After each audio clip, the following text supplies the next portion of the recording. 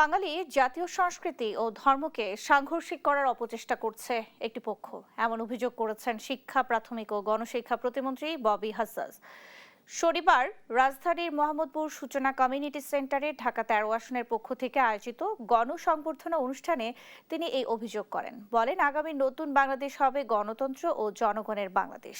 এ সময় ভাষা শহীদদের স্মরণ করে প্রতিমন্ত্রী বলেন, পাঠ্য বইয়ে বাংলা ভাষার সর্বোচ্চ মর্যাদা দেওয়ার চেষ্টা করবে বিএনপি সরকার। ভবিষ্যৎ হোক নিরাপদ, বিনিয়োগ হোক বিশ্বস্ত, আর আমার পছন্দ সল্ট বে। ওয়েলকাম টু সল্ট বে।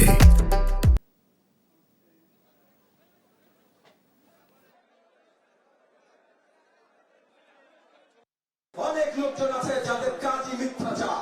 তারা বলতে চেষ্টা করে যে আমাদের মহান ধর্ম ইসলাম ধর্ম আর আমাদের জাতীয় সংস্কৃতি দুটো নাকি সাংঘর্ষিক। আমাদের জাতির বিরুদ্ধে কোনো আঘাত কখনো মেনে নিব না। আমরা পাঠ্যক্রমে সব জায়গায় চেষ্টা করব যেন বাংলা ভাষার সর্বোচ্চ মর্যাদা আমরা দিতে পারি ইনশাআল্লাহ।